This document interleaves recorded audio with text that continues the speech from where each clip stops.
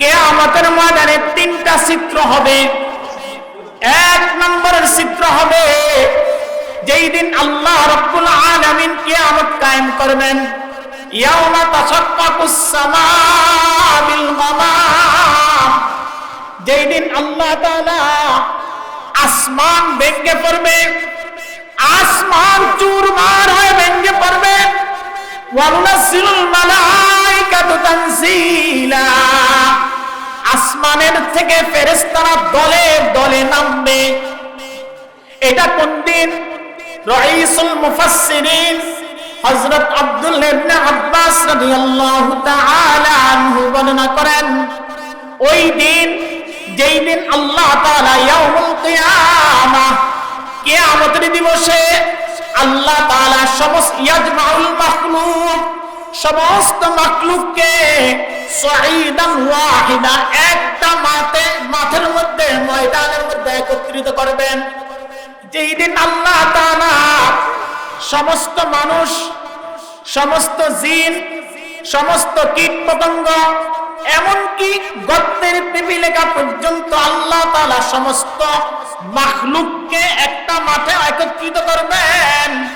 সেই দিন কিয়ামতের দিবস, প্রথম চিত্র মুফাসসিরিন কেরাম উল্লেখ করেন কিয়ামতের তিনটা চিত্র। এক নম্বর চিত্র, যেই দিন কিয়ামত কায়েম করবেন আল্লাহ, এবং শুধু তাই নয়, আল্লাহ বলেন ইয়াউমা তাশাক্কাকুস সামা, আসমান ভেঙে পড়বে। আসমান আল্লাহ তাআলা 7 আসমান তৈরি করছেন 7 বস্তু দ্বারা।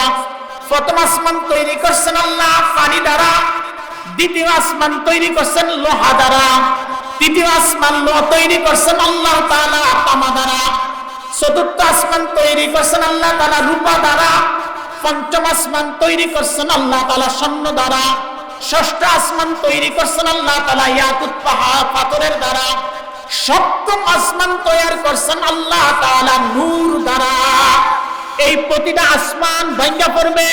প্রথম আসমান ভাঙার পরে কি হবে?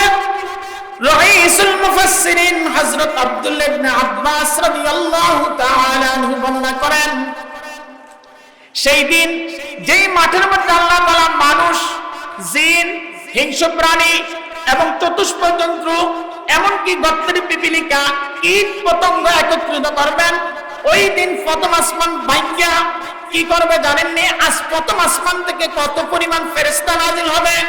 তাই যেই পরিমাণ মানুষ, যেই পরিমাণ জিন, যেই পরিমাণ অন্যান্য মাখলুক আল্লাহ হাশরের ময়দানে একত্রিত করছেন, তাছাড়া দ্বিগুণ আল্লাহ তাআলা প্রথম আসমান থেকে ফেরেশতা নাজিল করবেন। বলেন না সুবহানাল্লাহ। কয় গুণ ফেরেশতা প্রথম আসমান থেকে নাজিল হইব? 2 গুণ। কয় গুণ? 2 গুণ। মানে মানুষ, জিন, অন্যান্য যত মাখলুক আছে সব পরিমাণ একত্র করার পরে এর সাথে দ্বিগুণ আল্লাহ তাআলা প্রথম আসমান থেকে ফেরেশতা নাজিল হবে। বুঝতেছেন? তারপরে দ্বিতীয় আসমান। মুফাসসিরিন কেরাম উল্লেখ করেন, আব্দুল্লাহ ইবনে আব্বাস বলেন, দ্বিতীয় আসমান থেকে ঠিক তদ্রূপ কয় মানুষ, কীট পতঙ্গ এবং অন্যান্য মাখলুক এবং ফেরেশতারা প্রথম আসমান থেকে যা নাজিল হইছে, তো তার ডবল আল্লাহ তাআলা দ্বিতীয় আসমান থেকে ফেরেশতা নাজিল হবে কিয়ামতের ময়দানে। কয় পরিমাণ? তার দ্বিগুণ। এরকম ভাবে তৃতীয় আসমান থেকে তার দ্বিগুণ, চতুর্থ আসমান থেকে তার দ্বিগুণ, পঞ্চম আসমান থেকে তার দ্বিগুণ, ষষ্ঠ আসমান থেকে তার দ্বিগুণ, সপ্তম আসমান থেকে তার 7 গুণ বেশি ফেরেশতা আল্লাহ তাআলা কিয়ামতের দিবসে নাজিল করবেন। কিয়ামতের ময়দানে আল্লাহ তাআলা কি করবেন? নাজিল করবেন। এখন আসেন, বাকি রইল কি? সপ্তম আসমানের উপরে কি? আল্লাহর আরশ। সপ্তম আসমানের উপরে কি? একটু খেয়াল করে শুনেন, এটি ইলমি বয়ান। সপ্তম আসমান আল্লাহর আরশ, আল্লাহর আরশকে নিয়ে 8 জন ফেরেশতা হাশরের ময়দানে আল্লাহর আরশ নিয়ে নাজিল হবেন। কয়জন ফেরেশতা? 8 জন ফেরেশতার সাথে কতজন থাকবে? কোটি কোটি মাখলুক, কোটি কোটি মানুষ, কোটি কোটি ফেরেশতা, কোটি কোটি। হযরত সাইয়্যিদ আহমদ ফালনপুরি রাহমাতুল্লাহ আলাইহি তার কিতাবের মধ্যে লেখেন, কোরআনুল কারীমের সূরা ফুরকানের 30 নম্বর আয়াত আমি তেলাওয়াত করছি। 30 নম্বর আয়াতের মধ্যে আল্লাহ বলেন, وإذ قال الرسول يا رب আল্লাহ কোরআনুল কারীমের মধ্যে বলেন হাশরের ময়দানে আল্লাহর নবী সাল্লাল্লাহু আলাইহি সাল্লাম বলবেন ইয়া রব ও আমার রব ইন্না কওমি আমার সম্প্রদায় আমার উম্মত ইন্না কওমি ইত্তাখাযু হাযাল কুরআন মাহজুরা আমার সম্প্রদায় কোরআনকে ছেড়ে দিয়েছে আল্লাহ আপনি এদেরকে ধরেন আল্লাহ এদেরকে আপনি ধরেন মুহাম্মদ রাসূলুল্লাহ তার উম্মতের ব্যাপারে হাশরের ময়দানে মামলা দিবেন আল্লাহর আদালতে মামলা দিবেন আল্লাহর আদালতে কখন মামলা দিবেন কয় হাশরের ময়দানে তো হাশরের ময়দানটা কেমন আমাদের শাইখুল ইসলাম সানি কুতুবে রব্বানি সাইয়্যিদ আহমদ ফালানপুরি রাহমাতুল্লাহ আলাইহি তিনার একটা তাফসীরের কিতাব আছে বায়ানুল কোরআন সেই কোরআনের মধ্যে বায়ানুল তাফসীরের মধ্যে উল্লেখ করেন কিয়ামতের ময়দানে তিনটা চিত্র হবে এক নম্বরের চিত্র হবে যেই দিন আল্লাহ রাব্বুল আলামিন কিয়ামত কায়েম করবেন ইয়াউমা তাশাক্কাকুস সামাউ বিল গামাম যেই দিন আল্লাহ তাআলা আসমান ভেঙে পড়বে আসমান চুরমার হয়ে ভেঙে পড়বে ওয়া নুনাজ্জিলুল মালাইকাতু তানজিলা আসমানের থেকে ফেরেশতারা দলে দলে নামবে এটা কোন দিন রাইসুল মুফাসসিরিন হযরত আব্দুল্লাহ ইবনে আব্বাস রাদিয়াল্লাহু তাআলা আনহু বর্ণনা করেন ওই দিন যেই দিন আল্লাহ তাআলা ইয়াউমুল কিয়ামাহ কিয়ামতের দিবসে আল্লাহ তাআলা সমস্ত ইয়াজমাউল মাখলুক সমস্ত মাখলুককে সাঈদান ওয়াহিদা একটা মাঠের মধ্যে ময়দানের মধ্যে একত্রিত করবেন যেই দিন আল্লাহ তাআলা সমস্ত মানুষ সমস্ত জিন সমস্ত কীট পতঙ্গ এমনকি গর্তের পিপিলিকা পর্যন্ত আল্লাহ তাআলা সমস্ত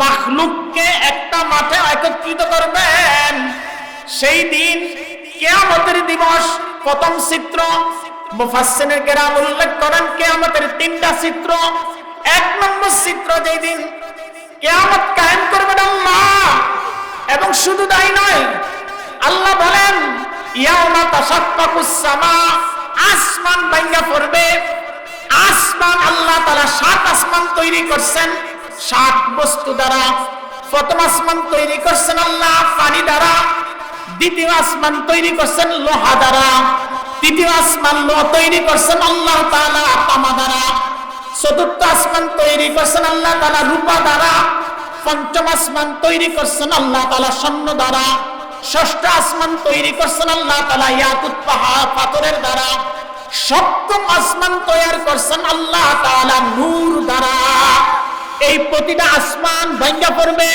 প্রথম আসমান ভাঙার পরে কি হবে রাইসুল মুফাসসিরিন হযরত আব্দুল্লাহ ইবনে আব্বাস রাদিয়াল্লাহু তাআলা আনহু বর্ণনা করেন সেই দিন যেই মাঠের মধ্যে আল্লাহ তাআলা মানুষ জিন হিংস্র প্রাণী এবং চতুষ্প জন্তু এমনকি গর্তের পিপিলিকা কীট পতঙ্গ একত্রিত করবেন ওই দিন প্রথম আসমান ভাঙিয়া কি করবে জানেননি আজ প্রথম আসমান থেকে কত পরিমাণ ফেরেশতা নাজিল হবে তাই যেই পরিমাণ মানুষ যেই পরিমাণ জিন যেই পরিমাণ অন্যান্য মাখলুক আল্লাহ হাশরের ময়দানে একত্রিত করছেন তাছাড়া দ্বিগুণ আল্লাহ তাআলা প্রথম আসমান থেকে ফেরেশতা নাজিল করবেন বলেন না সুবহানাল্লাহ কয় গুণ ফেরেশতা প্রথম আসমান থেকে নাজিল হইব দুই গুণ কয় গুণ দুই গুণ মানে মানুষ জিন অন্যান্য যত মাখলুক আছে সব পরিমাণ একত্র করার পরে এর সাথে দ্বিগুণ আল্লাহ তাআলা প্রথম আসমান থেকে ফেরেশতা নাজিল হবে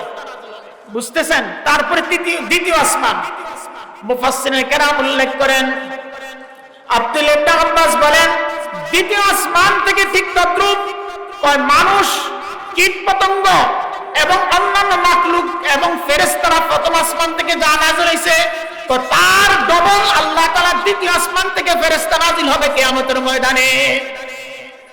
কয় পরিমাণ? তার দ্বিগুণ।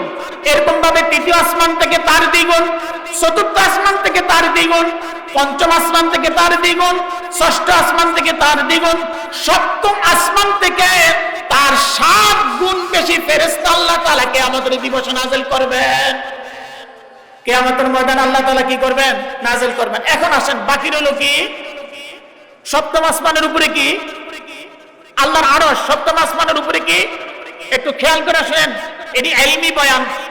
সপ্তম আসমান আল্লাহর আরশ, আল্লাহর আরশকে নিয়ে 8 জন ফেরেশতা হাশরের ময়দানে আল্লাহর আরশ নিয়ে নাযিল হবেন। কয়জন ফেরেশতা? 8 জন ফেরেশতার সাথে কতজন থাকবে? কোটি কোটি মাখলুক, কোটি কোটি মানুষ, কোটি কোটি ফেরেশতা, কোটি কোটি।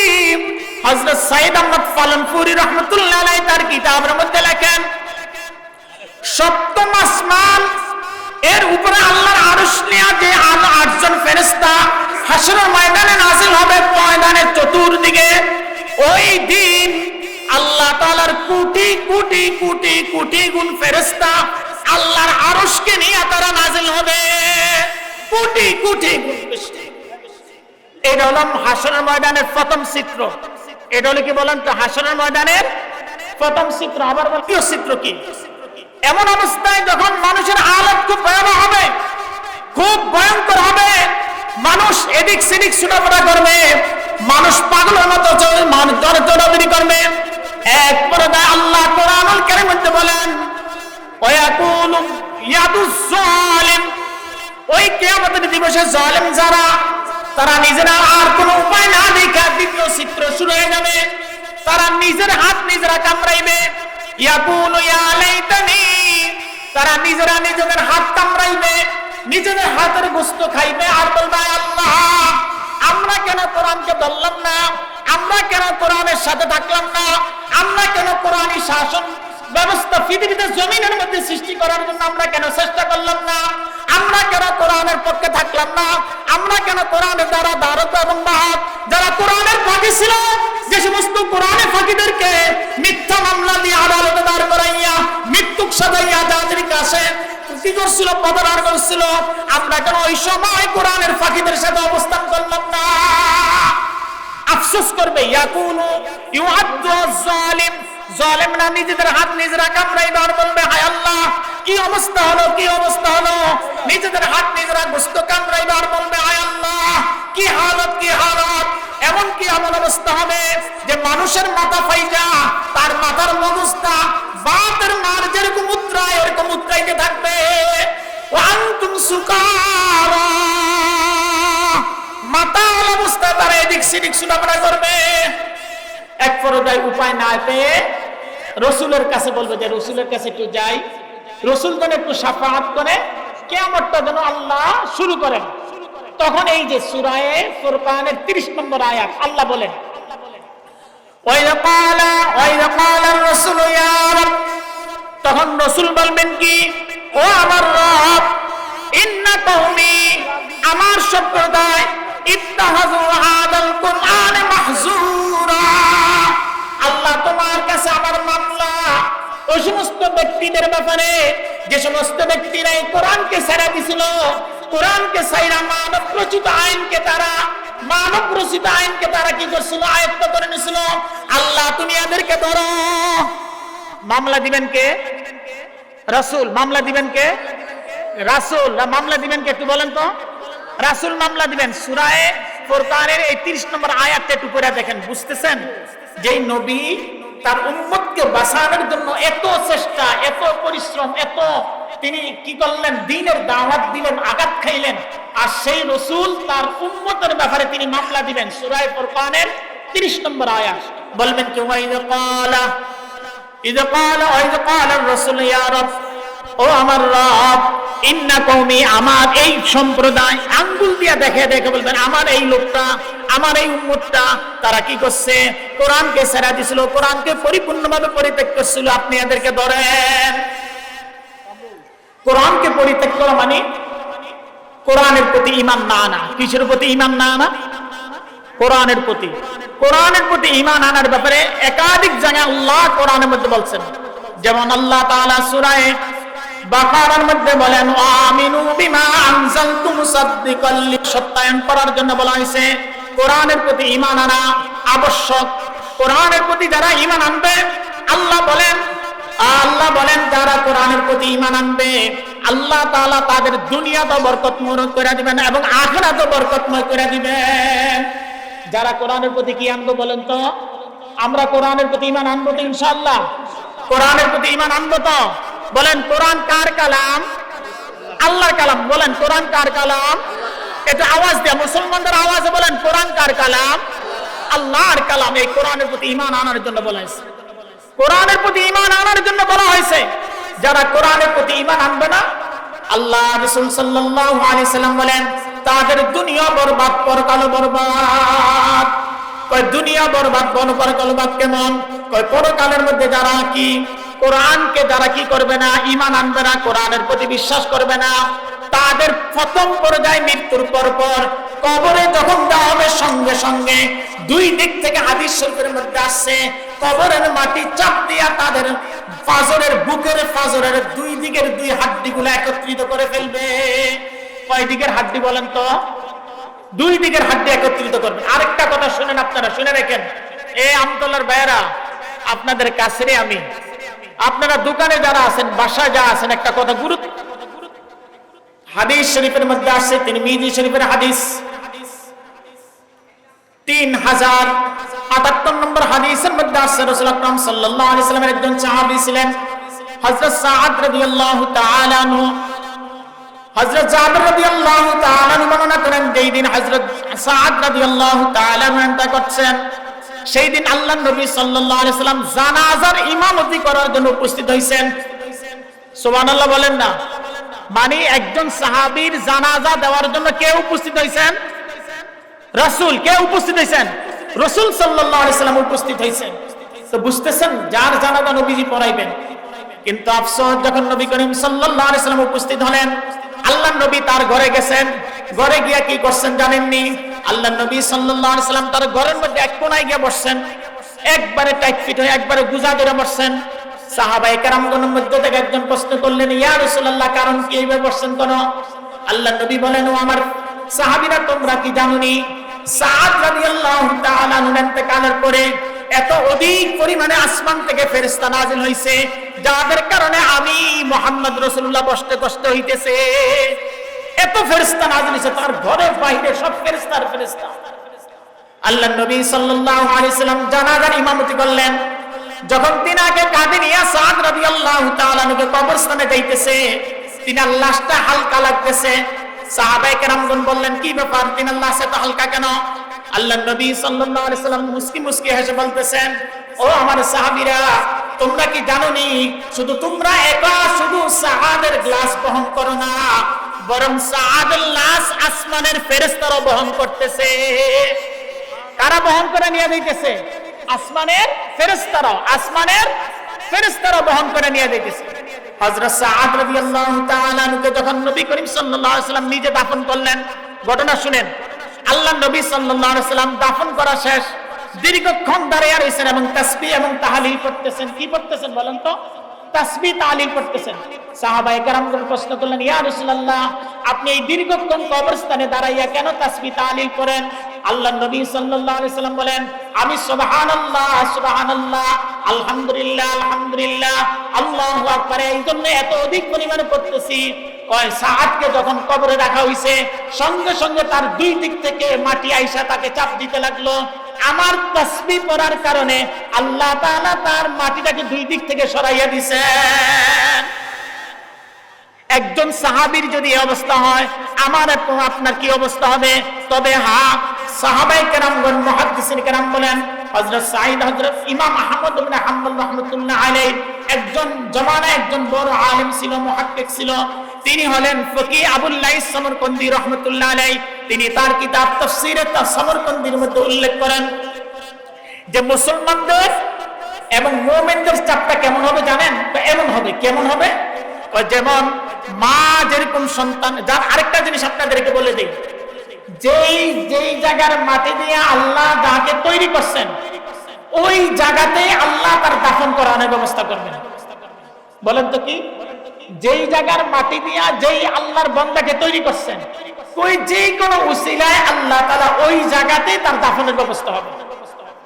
তো মানুষটা যখন রূহের জগতে, আমরা সবাই রূহের জগতে ছিলাম না, রূহের জগতে গিয়েছিলাম, তখন এই মাটি আল্লাহর কাছে আবদার করছে, আল্লাহ আমার কাছে পাঠাও, আমার কাছে পাঠাও। আল্লাহ বলে রাখ, সময় আছে।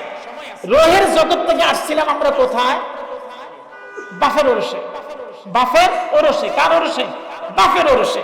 বাফের ওরসে যখন আসছি এই মাটি বলছে আল্লাহ আমার কাছে পাঠাও আমার জিনিস, আমার কাছে আমার জিনিস পাঠাও। মা যেমন বাচ্চাকে হারাইয়া বলে যে আমার বাচ্চাকে আমার কাছে দাও, এই মাটির থেকে আল্লাহ আমাদেরকে তৈরি করছেন না। আল্লাহ বলেন মিনহা খালাকনাকুম ওয়া ফিহা নুঈদুকুম ওয়া মিনহা নুখরিজুকুম উখরা। আমি তোমাদেরকে মাটি দিয়ে সৃষ্টি করছি, আমি আল্লাহ তোমাদেরকে মাটির মধ্যে নিব, আমি আল্লাহ তোমাদেরকে মাটি থেকে আবার পুনরায় উত্তোলন করব। এই মাটি আল্লাহর কাছে আবদার করে আল্লাহ তুমি আমার কাছে আমার জিনিস পাঠাও। যখন বাপের ওরসে ছিলাম তখন এই মাটি কি করছে? আল্লাহর কাছে আবদার করছে আল্লাহ আমার কাছে পাঠাও। আল্লাহ বলে রাখ। বাপের ওরস থেকে যখন মায়ের উদরে গেছি তখন আবার মাটি আল্লাহর কাছে আবদার করছে আল্লাহ তুমি কি করো? আমার জিনিস আমার কাছে পাঠাও। যখন মৃত্যুবরণ করে ওই মুসলমানটাকে যখন দাফন করা হয়, আল্লাহ নবী সাল্লাল্লাহু আলাইহি সাল্লামের এক হাদিস দ্বারা প্রমাণিত, মাটি দুই দিক থেকে আসতে থাকে। তো কেমন ভাবে আসতে থাকে? যেরকম ছোট্ট একটা বাচ্চাকে মা কোলে নিয়া তার গালের সাথে গাল লাগায়, মুখের সাথে মুখ লাগায়, যেরকম আদর করে, ঠিক তদ্রূপ একটা মুমিনকে যখন দাফন করা হয় দুই দিক থেকে মাটি আসে, আইসা তার সাথে স্পর্শ করে। স্পর্শ করার পর আল্লাহর পক্ষ থেকে আওয়াজ আসে যে এটা আমার বান্দা। সঙ্গে সঙ্গে মাটি দূরে চলে যায়, আলতো ভাবে আস্তে আস্তে ধীরে ধীরে আসে, আইসা তার গায়ের সাথে একান হইয়া আবার দূরে চলে যায়। আর আল্লাহ তাআলার আসমান থেকে রহমত এবং নাযিল হইতে থাকে ওই কবরে। তো মুমিনদেরকে আল্লাহ তাআলা কবরের মধ্যে কি করা হয়? মাটি স্পর্শ করে, কিন্তু আলতো ভাবে আদর করে, যেমন সন্তানকে মা যেরকম আদর করে, আদর করার সময় কি করে থাপ্পড় দেয়, আদর করা সুম্মা খায়, ঠিক তরুপ এই মাটি হলো না আমাদের আসল। এই মাটি কি করে? আমাদের মাটির জগতে যাইতে হবে। মুমিনদেরকে যখন ডাকা হয় মুমিনদের সাথে আচরণ করে। আর যারা কোরআনকে ছেড়ে দিছে, কোরআনকে বর্জন করছে, কোরআনের বিরোধিতা করছে, কোরআন ওয়ালাদের সাথে শত্রুতামি করছে, আল্লাহ তাআলা সৃষ্টি এই মাটি তাদেরকে দুই দিকে চাপ দিয়া তাদের বুকের ফাজরের হাড্ডিগুলো একটার সাথে আরেকটা মিলাইয়া দিবে। এই দুনিয়ার জগতের মানুষ আজকে আমরা কোরআন অনুযায়ী না মানার কারণে আমাদের ফ্যামিলির মধ্যে অশান্তি, দাম্পত্য জীবনের মধ্যে অশান্তি, পরিবারের মধ্যে অশান্তি, ভাই বোনের মধ্যে জায়গা জমি নিয়ে অশান্তি। এমনকি দেখা যায় সন্তান বাপ মার কথা শুনে না। অথচ কোরআনের শিক্ষা যদি আমি সন্তানকে দিতাম, কোরআন শিক্ষা অর্জন কইরা, তখন ওই সন্তানটা কি করতো? বাপ মার আদর, বাপ মার যত্ন, বাপ মার খেদমত কে এটা বুঝতো কিনা? জোরে বলেন তো। বুঝতো। আল্লাহ কোরআনের মধ্যে বলেন ওয়াবিল ওয়ালিদাইনি ইহসানা, তোমরা তোমাদের পিতামাতার সাথে ভালো ব্যবহার করো, তোমরা তোমাদের পিতামাতার সাথে ভালো আচরণ করো। আজকে দেখা যায় অনেক মা নীরবে কান্দে, অনেক বাবা নীরবে কান্দে, সন্তান কথা শুনে না। সন্তান নেশাখোর, মেয়ে নেশাখোর, মেয়ের চাল চলন কি আপনার খারাপ, তখন মা নীরবে কান্দে আর চোখের পানি ফালায়। এই চোখের পানি ফালাইলে ভাই কোনো লাভ হবে না। যদি আমার সন্তানকে আমি যদি পরিপূর্ণভাবে কিনা করতে পারি, দিন শিক্ষা নিতে না পারি, তাহলে আমার হালত কেমন হবে জানেননি? সন্তান উজু ছাড়া আমার জানাজায় দাঁড়াইবে। এমনও প্রমাণ আছে যে সন্তান বাপের জানাজায় উজু ছাড়া দাঁড়াইছে। জিজ্ঞাসা করা হয়েছে কি ব্যাপার, উজু করলা না? আমি তো ফসাদ করা, আমি তো নুনুর মাথা ধুইয়া লেছি, আমার আবার উজু করার দরকার আছে নাকি? না, উজুবিল্লাহ। সে জানে না ফসাদ করলে যে কি হয়, উজু ভাঙ্গে। আজকে মুসলমান জানে না ফসাদ করলে যে উজু ভাঙ্গে, এই কথা জানে না। যদি দিন শিক্ষা দেওয়া হইতো, ধর্ম শিক্ষা দেওয়া হইতো, তাহলে সন্তানটা দিনই পরিবেশে তৈরি হলে সন্তান বাপ মাকে বৃদ্ধাশ্রমে লাগা রাখতো না। আজকে বাবা মা কত বাবা বৃদ্ধাশ্রমে থাইকা আপনার চোখের পানি ফেলায়, সন্তানের জন্য কান্দে, আফসোস করে, হায় হায়। দুঃখের বিষয় হলো এটা। আজকে কি হলো? আল্লাহ বলেন ওয়াবিল ওয়ালিদাইনি ইহসানা। আমি এক বৃদ্ধাশ্রমে গেছিলাম, কয়েকজনের থেকে একটু কথা নিছি। এক মায়ের কান্না, বলতেছে হুজুর আমার বাড়িও আছে, আমার ঢাকা শহরে আমার কর্ম ছিল, বাড়িও ছিল, দাফটও ছিল, সব কিছু ছিল, কিন্তু আমার স্বামী মারা যাওয়ার পরে আমার দাফট শেষ হয়ে গেছে। আমার দাফটে আমার পরিবার চলতো, আমার শ্বশুর বাড়ির পরিবার চলতো আমার দাফটে। আমি ন্যায়ের সাথে আমি জীবন যাপন করছি, কিন্তু আফসোস আমি আমার সন্তানকে দিন শিক্ষা দেই নাই। আরাফাতের ময়দানে শেষ করে মুজদালিফায় কোন এক হজের সফরে আমাদের এক হাজির সাথে আরেকজন হাজির লোকে দেখা হয়েছে ধানমন্ডি। উনি কি কান্না, কি যে কান্না কাটছেন। জিজ্ঞাসা করলেন তো কান্দেন কা? কয় হুজুর আমার মাত্র একটাই মাত্র ছেলে ছিল, এই ছেলেটাকে কোনোদিন আমার অ্যাপার্টমেন্টের নিচে কোনোদিন তাকে নামতে দেই নাই। একটা ডিম আনতে গেল আমি গেছি অথবা আমার স্ত্রী গেছে, এত কষ্ট করে আমার ছেলেকে লালন পালন করছি। কয়েক পর্যায়ে ইংলিশ মিডিয়ামে পড়াইলাম, সবকিছু শিক্ষা অর্জন শেষ করার পরে সেই ছেলে বলতেছে জিদ করছে আমি আমেরিকা যাব, পড়ালেখা করবো, পিএইচডি করবো। আমার সন্তানকে পিএইচডি করার জন্য আমেরিকা পাঠাইলাম। আমেরিকা পাঠানোর পরে তার পিএইচডিও শেষ। আমিও বউ দেখতেছি, আমার স্ত্রীও বউ দেখতেছে, ছেলেকে বিবাহ শাদী করাবো। কিন্তু আফসোস ছেলের পক্ষ থেকে কোনো কি নাই, সারা শব্দ নাই। ছেলেকে বলতেছি বাবা তুই আয়, দেশে আয়, তোকে একটা ভালো দেখে বিবাহ শাদী করাবো। ছেলে বলতেছে মা তোমরা দেখো। একদিন, 2 দিন, 1 মাস, 2 মাস, 1 বছর, 2 বছর যায়। এক পর্যায়ে মা টেলিফোনে জিজ্ঞাসা করতেছে পুত্রে, ও ফুত তোর কাছে একটা কথা জিজ্ঞাসা করি, তুই আসলে বিয়ে শাদী করছিস কিনা? এক পর্যায়ে মায়ের কাছে সন্তান বলে মা আমি তো বিয়ার কাজ সারা ফেলছি। মা বলতেছে আরে পুত্রে তুই কি করলি? তুই আমার 2টা নয়, 4টা না, 5টা না, মাত্র একটা পুত, আমার মায়াও নাই, কিছু নাই, তোরে এত সুন্দর করে রাজপুত্রের মতো লালন পালন করলাম, আর তুই কিনা আমাকে বাদ দিয়ে বিয়া শাদী করে ফেলছস। এখন মা জিজ্ঞাসা করে পুত্রে বউ নামাজ পড়েনি? মা বউ নামাজ পড়বো কি? মা বুঝো না আমেরিকার এলাকা তো কে কি? আমি তো মুসলমান বিয়া করি নাই। তাহলে কি বিয়া করছো? আমি তো খ্রিস্টান মায়া বিয়া করছি।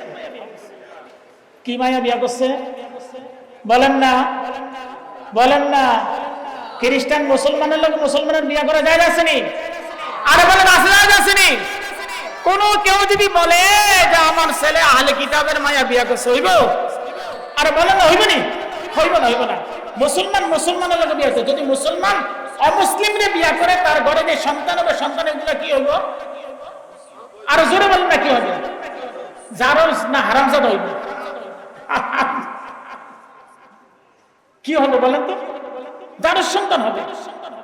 যাই হোক, এই লোকটা অনেক কান্নাকাটি করলো মুজদালিফার ময়দানে। যখন কান্নাকাটি করা হলো তখন এক পর্যায়ে জিজ্ঞাসা করলাম পরবর্তী সময় হুজুর পরবর্তী সময় কি হয়েছে জানেন?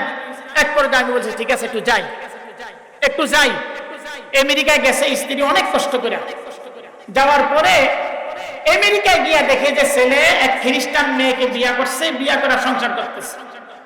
এখন মেয়েকে বুঝাইছে আমরা তো মুসলমান, তুমি এক কাজ করো ধর্ম পরিবর্তন করে মুসলমান হও। মেয়ে বলতেছে না, আমি আমার ধর্ম ত্যাগ করবো না, প্রয়োজন হলে আমার স্বামী ত্যাগ করবো।